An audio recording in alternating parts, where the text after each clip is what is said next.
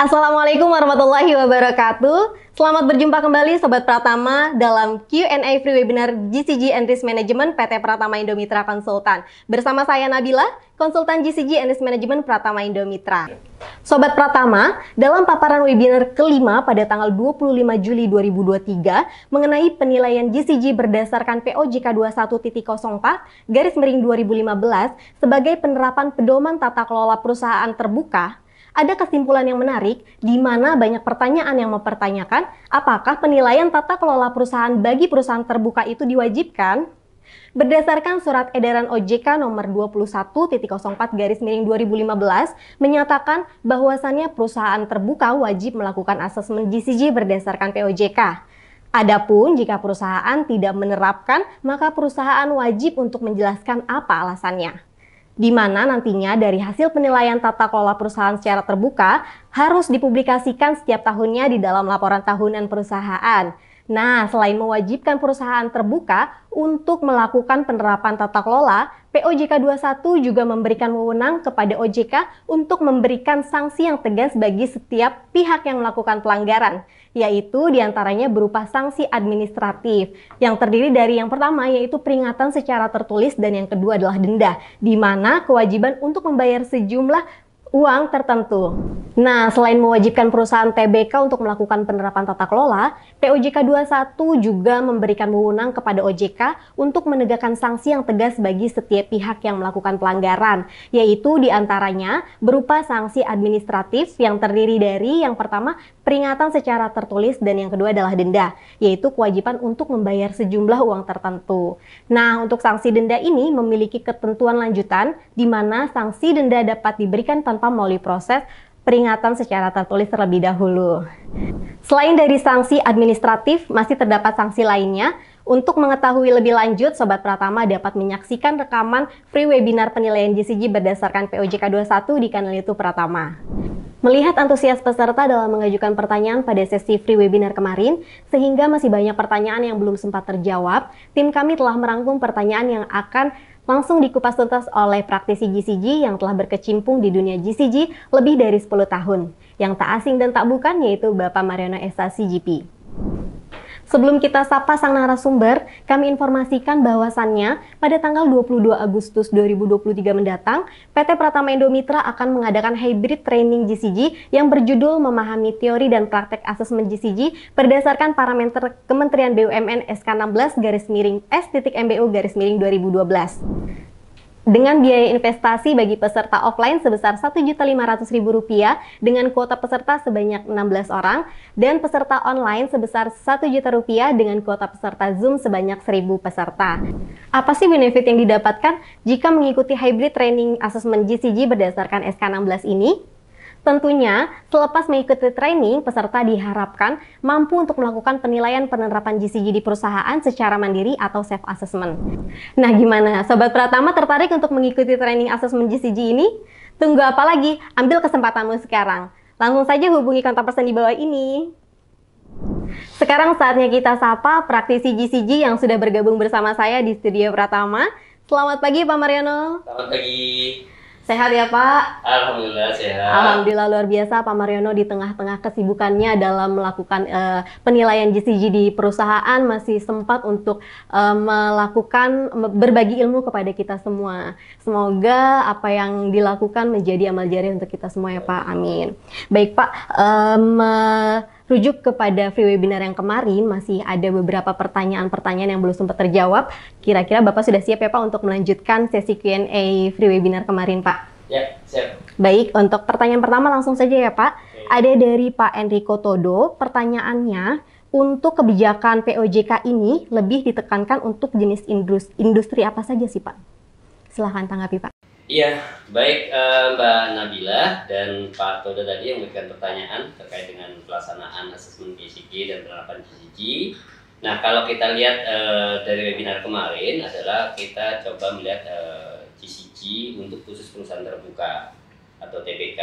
Jadi memang sesuai dengan surat edaran OJK, itu tepatnya nomor 32 tahun 2015, yaitu tata pedoman perusahaan terbuka. Tentu SLJK nomor 32 adalah untuk perusahaan khusus perusahaan terbuka, baik itu untuk perusahaan BUMN ataupun perusahaan swasta nasional. Jadi artinya kalau kemudian perusahaan itu adalah perusahaan TBK, maka dia secara mandatori harus menerapkan tata kelola perusahaan sesuai dengan surat edaran OJK nomor 32. Dan kemudian setiap tahun tentu harus dilakukan penilaian atau asesmen, yaitu sesuai dengan surat edaran OJK juga nomor 21 tahun 2012. Nah, kemudian hasil dari asesmen yang bisa dilakukan baik secara internal ya ataupun dengan menggunakan jasa asesor eksternal ini nanti wajib untuk dimuat di dalam laporan tahunan atau annual report karena memang ini mandatori. Jadi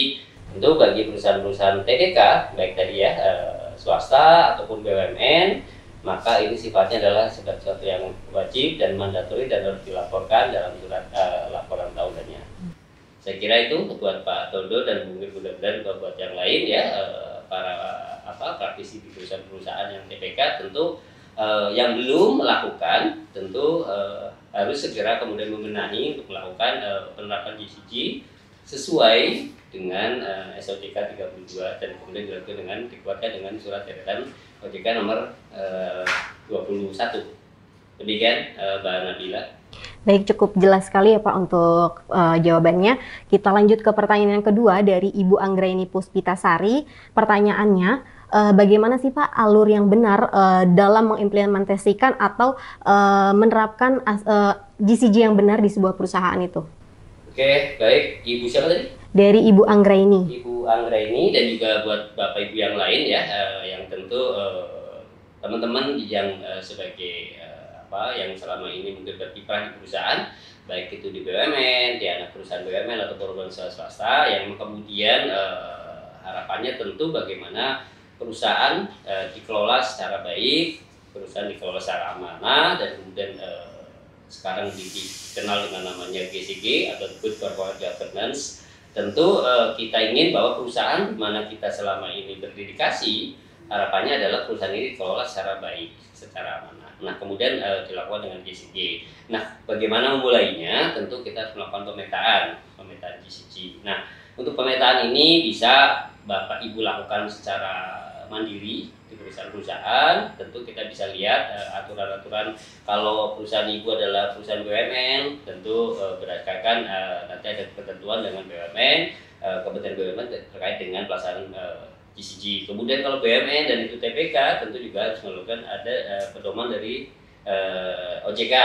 Dan kemudian kalau perusahaan ibu ternyata juga sudah menjadi salah satu perusahaan yang terdaftar di Bursa Efek, dan kemudian juga sudah perusahaan ini juga melalui bursa di sifatnya global, misalnya di tingkat ASEAN, tentu nanti punya kepentingan untuk melakukan penerapan GCG secara ASEAN, yang kemudian juga dilakukan pengukuran dengan ASEAN Scorecard. Jadi tentu kita petakan dulu apa-apa saja yang sudah ada di dalam perusahaan sesuai dengan ketentuan-ketentuan GCG, baik dengan Permen 11, kemudian juga dengan POJK tadi ya 32, kemudian dengan ASEAN Scorecard, apa saja yang harus dilakukan. Tentu di sana harus ada beberapa yang paling mendasar adalah harus ada pedoman-pedoman GCG atau disebut juga dengan GCG soft structure. Di sana adalah ada pedoman-pedoman yang induknya adalah namanya GCG Code atau pedoman GCG. Kemudian di bawahnya ada yang mengatur tentang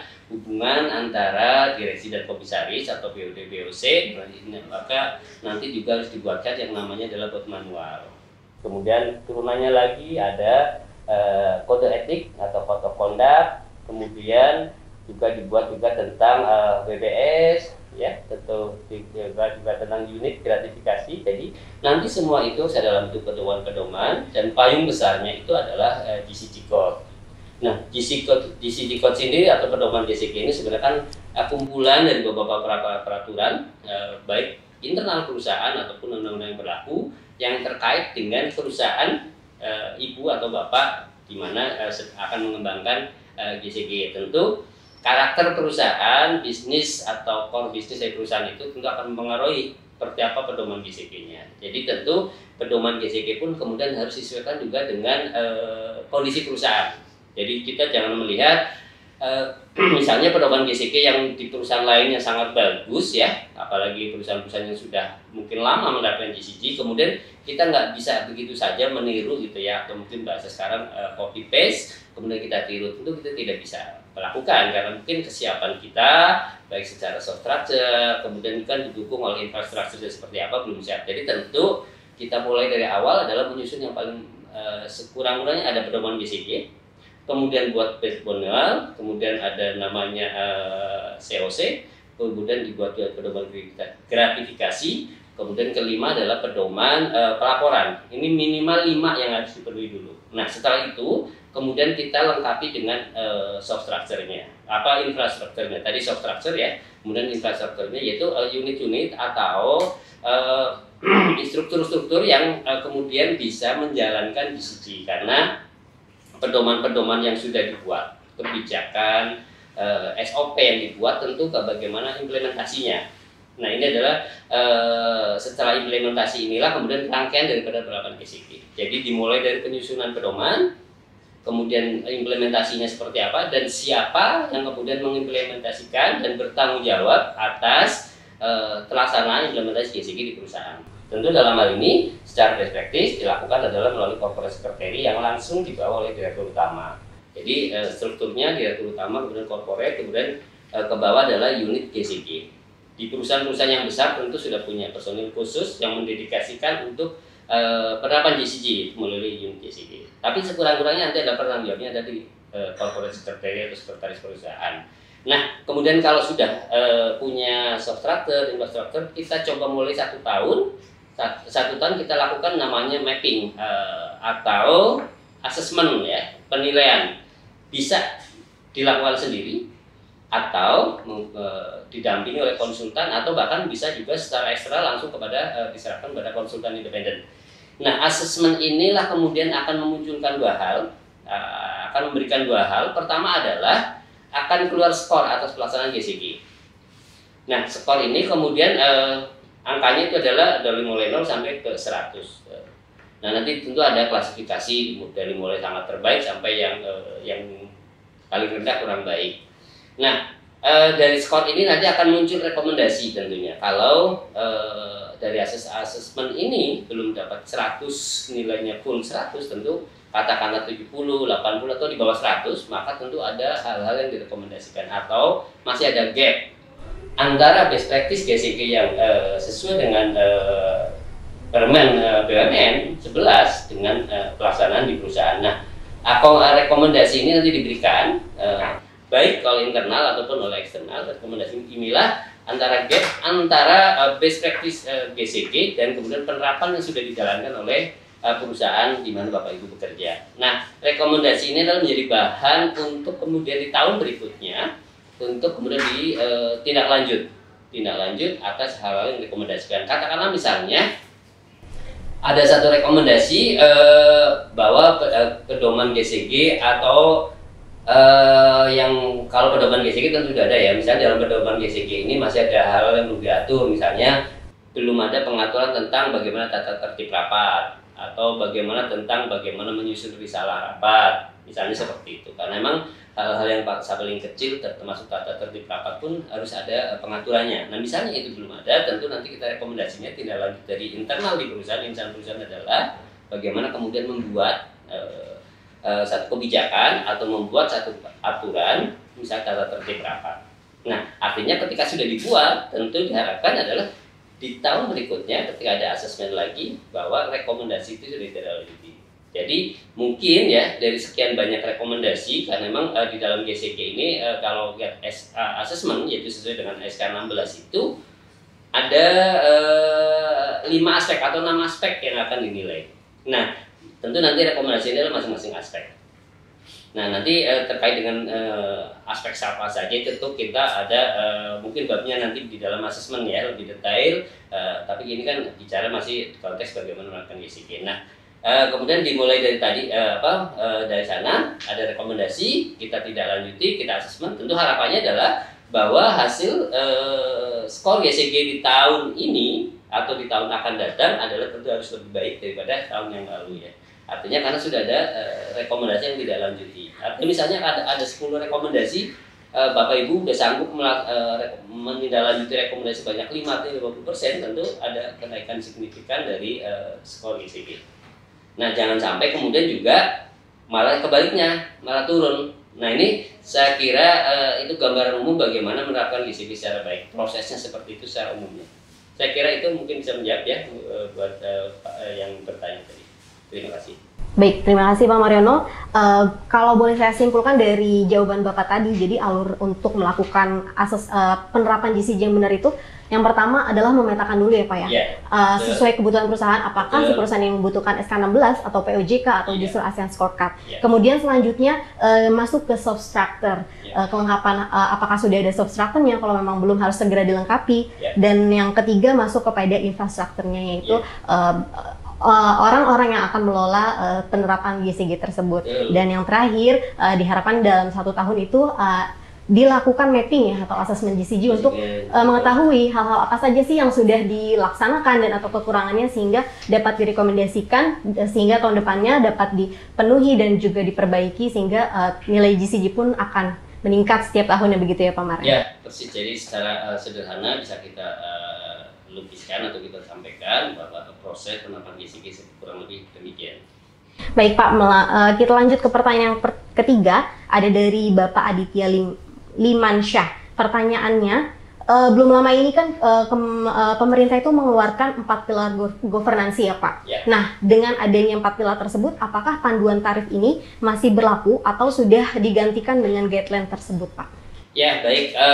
Terima kasih Pak. Siapa tadi? Pak Aditya. Pak Aditya cukup update ya dengan informasi. Jadi memang kalau dulu dikenal dengan tarif, tentu sekarang ada ketentuan yang baru dengan 4 pilar, yaitu governansi. Tentu yang berlaku ada yang governansi ya, tapi tidak menghilangkan kemudian yang tarif, karena memang itu secara prinsip kan sama, hanya ada 2 hal yang kemudian dijadikan satu.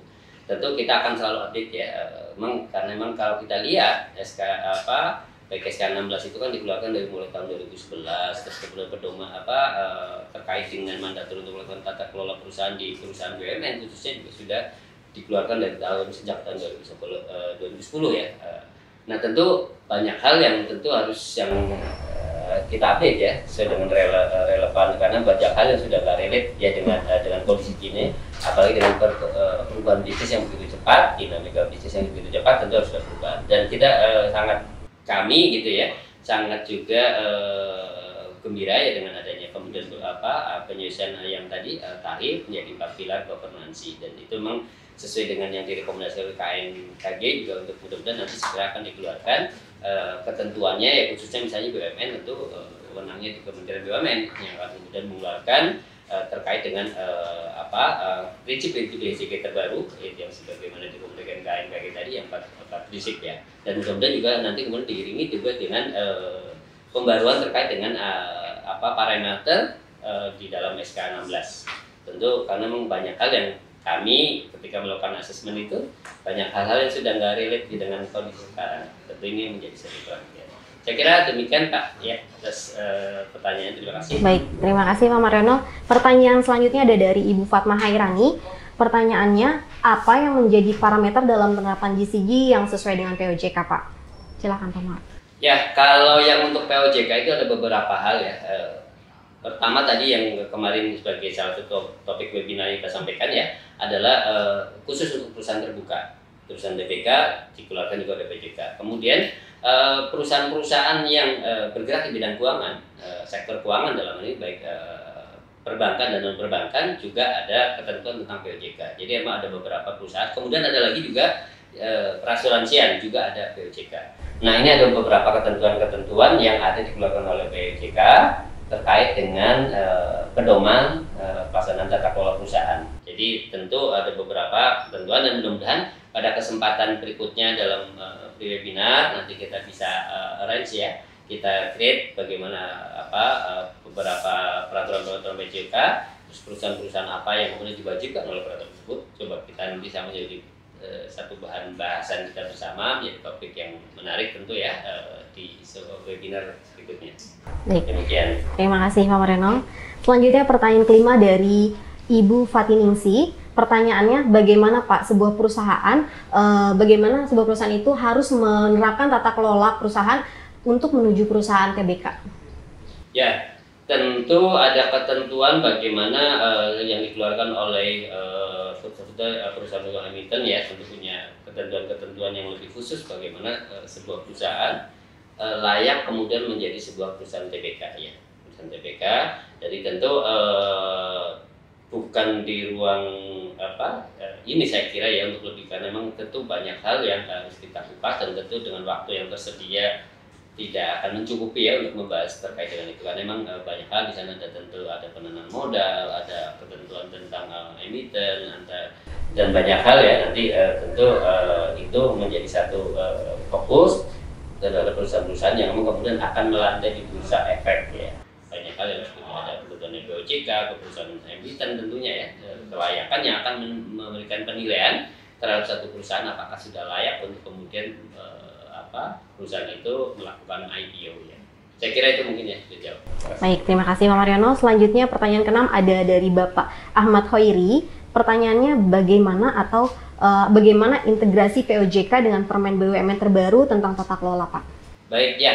Jadi Pak Hoiri ya, terkait dengan integrasi ini memang isunya adalah nanti ke depan akan ada yang namanya GRC ya, governance, risk, dan compliance. Jadi nanti karena memang ada beberapa penilaian, ada beberapa ketentuan, bahkan asesmen yang kemudian memang saling terkait ya. Misalnya ada terkait dengan penerapan risk management di perusahaan yang sekarang juga menjadi satu fokus di Kementerian BUMN ya, terkait dengan risk management. Maka nanti akan diintegrasikan, yaitu namanya GRC. Dan ini isu GRC sebenarnya sudah lama ya, hanya saja memang masih dalam proses pengembangan. Nah, tapi kami melihat selama ini di akhir-akhir ini fokus ke arah GRC sudah cukup kuat ya. Tentu mudah-mudahan kita tinggal nunggu ketentuan atau juknis dari Kementerian BUMN atau kementerian terkait dengan pengembangan perusahaan terkait dengan pelaksanaan dari GRC itu sendiri. Saya kira itu untuk menjawab secara singkat sembari Pak Khoiri. Terima kasih.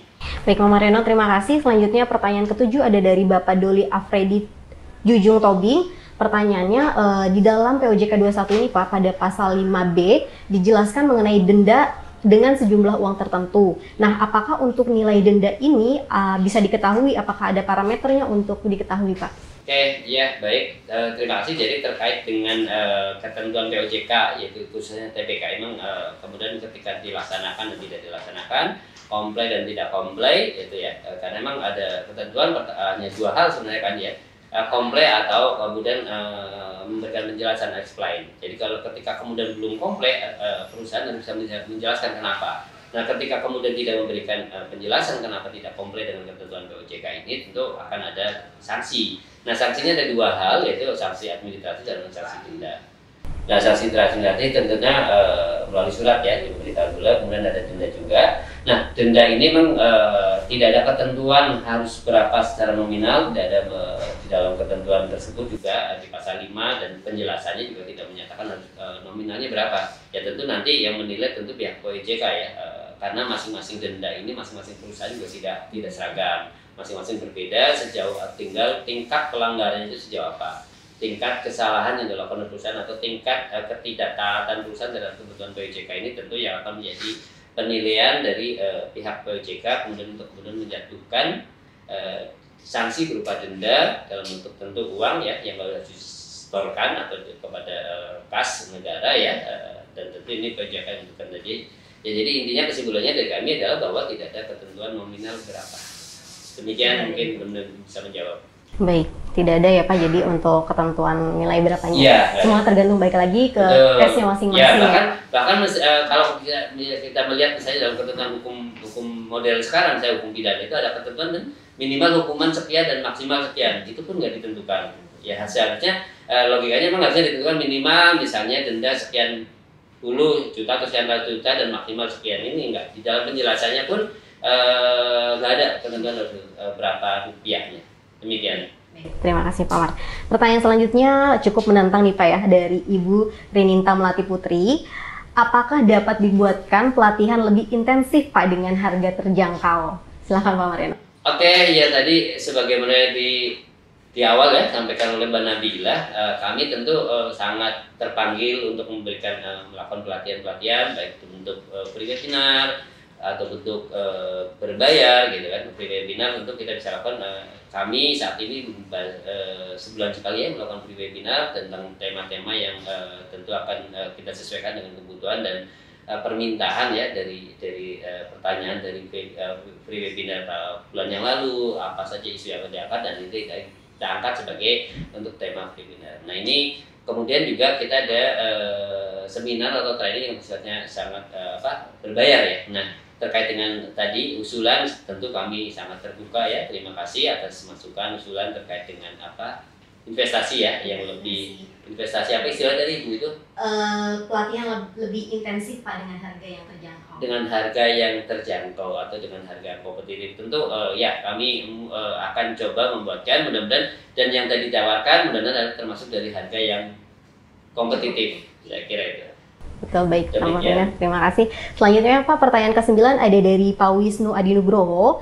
Pertanyaannya, apakah bisa perusahaan BUMD menjadi perusahaan TBK? Dan bagaimana peran GCG untuk memajukan perusahaan BUMD? Ya, jadi untuk perusahaan yang akan TBK itu tidak harus ketentuan perusahaan seperti apa. Tentu harus ada ketentuan-ketentuan yang sudah dipersyaratkan oleh ketentuan OJK, kebutuhan emiten, kebutuhan bursa yang menentukan. Jadi tidak harus apakah harus BUMD atau harus guru BUMN atau swasta itu nggak ada batasan harus perusahaan apa. Tapi yang jelas bahwa sesuai dengan ada ketentuan-ketentuan baik dari bursa, kemudian dari emiten, dari OJK yang kemudian melakukan penilaian layak tidaknya untuk sebuah perusahaan melantai di bursa efek Indonesia atau yang akan melakukan IPO ya, penawaran saham. Jadi bukan karena BUMD atau BUMN tapi kemudian kelayakan sesuai dengan ketentuan hukum dan ketentuan yang dibuatkan oleh emiten. Saya kira BUMD pun punya peluang untuk kemudian bisa menjadi perusahaan TBK. Demikian. Baik, terima kasih Pak Marino. Pertanyaan yang 10 Pak ada dari Pak Nur Hadi. Pertanyaannya, sebetulnya sepertinya pertanyaan ini sudah sering kali ditanyakan Pak, tapi nggak apa-apa ya Pak untuk diulang kembali. Pertanyaannya, penilaian GCG berdasarkan POJK ini apakah bisa digunakan Pak untuk perusahaan non-TBK? Ya, jadi terkait dengan penilaian dari Pak Nur Hadi ya, tentu masing-masing punya POJK misalnya TBK, misalnya POJK 32 dan kemudian parameternya di POJK 21 ini adalah khusus untuk perusahaan terbuka TBK. Kemudian kalau yang dikeluarkan oleh POJK untuk keluar perusahaan-perusahaan keuangan baik yang perbankan atau non perbankan itu pun ada tersendiri. Jadi masing-masing ada. Kemudian BUMN misalnya secara umum, BUMN umum adalah dengan SK 16. Kemudian asuransi juga dikeluarkan sendiri. Kemudian Bank Indonesia pun mengeluarkan tersendiri. Jadi nanti kita kembali ke perusahaan kita itu perusahaan apakah masuk ke dalam SK 16 BUMN. Kalau perusahaan swasta tentu bisa paling dasar adalah menggunakan SK 16. Perusahaan swasta yang non keuangan ya, non keuangan perusahaan swasta boleh walaupun tidak wajib. Perusahaan swasta tidak wajib untuk menerapkan GCG sesuai dengan ketentuan Kementerian BUMN. Tapi bahwa kemudian dia ingin melakukan itu tidak ada larangan karena memang arahnya bagaimana membuat sebuah perusahaan yang good governance atau perusahaan yang baik. Saya kira itu mungkin Pak Nur Hadi. Oke, artinya sebetulnya pemerintah sudah memberikan ini ya Pak, klaster atau klasifikasi mana yang menggunakan SK 16 seperti yang tadi saya katakan, mana yang harus POJK gitu ya Pak. Sudah ada ketentuannya. Betul, betul. Baik Pak, pertanyaan ke-11 dari Ibu atau Bapak Puji Intartich. Pertanyaannya adalah perusahaan ini merupakan perusahaan holding di mana holding tersebut memiliki anak yang tidak TBK. Lalu bagaimana di dalam laporan keuangan tersebut kan terkonsolidasi ya Pak. Nah, bagaimana itu baik penerapannya atau mungkin evaluasi tahunannya gitu Pak? Ya. Baik, kalau terkait dengan penerapan GCG tentu masing-masing sesuai dengan tentu perusahaannya. Yang TBK tentu karena dia BUMN, tentu dia yang pertama dia harus menerapkan sesuai dengan SK 16. Itu wajib ya, mandatori baik holdingnya pun anak perusahaan. Itu kalau BUMN. Kemudian terhadap perusahaan-perusahaan yang tadi disampaikan adalah salah satunya misalnya holdingnya atau anak perusahaannya ada yang TBK, tentu dia ada penambahan kewajiban yaitu melakukan asesmen berdasarkan POJK 21. Sementara misalnya holdingnya bukan TBK, ada beberapa perusahaan holding di Indonesia yang holdingnya tidak, anak perusahaannya yang TBK ada beberapa, ya tentu dia SK 16, kemudian plus POJK. Bahkan kalau dia sudah bisnisnya global ke tingkat Asia, tentu dia akan melakukan juga asesmen dengan parameter ASEAN, itu ASEAN Scorecard. Dan jadi yang mandatori adalah SK 16 sama yang POJK. ASEAN Scorecard itu juga sifatnya sukarela, artinya berdasarkan kebutuhan bahwa perusahaan itu ingin juga kemudian performanya dilihat di tingkat ASEAN karena dia punya kepentingan bagaimana menarik investor yang sifatnya global khususnya di Asia untuk kemudian menanamkan modalnya di perusahaan tersebut karena memang ini perusahaan layak untuk bagi si investor untuk menanamkan modal melihat dari track record di dalam ASEAN Scorecard, skornya itu sudah cukup bagus dan performnya bagus, tentu dia layak untuk kemudian si investor menaruh dananya di sana. Saya kira itu, Pak. Baik, terima kasih Pak Mareno. Pertanyaan tadi merupakan pertanyaan terakhir. Semoga dapat menjawab rasa penasaran para peserta webinar yang telah bertanya dan juga bisa menjadi wawasan tambahan bagi peserta yang lainnya. Baik. Ya, tentu terima kasih kepada para penanya dan mudah-mudahan ini menjadi satu diskusi yang baik buat kita bersama dan tentu kita berharap bahwa semakin banyak yang bertanya, tentu kami jujur sangat terima kasih. Terima kasih dan kalaupun masih ada yang belum tersampaikan, mungkin nanti di lain waktu atau di media yang lain kita bisa sambil berdiskusi. Terima kasih, saya kembali kepada Nabil. Terima kasih Pak Mareno. Demikian berakhir sudah sesi Q&A lanjutan free webinar divisi GCG and Risk Management yang kelima mengenai penilaian GCG berdasarkan POJK 21.04/2015 sebagai penerapan pedoman tata kelola perusahaan terbuka.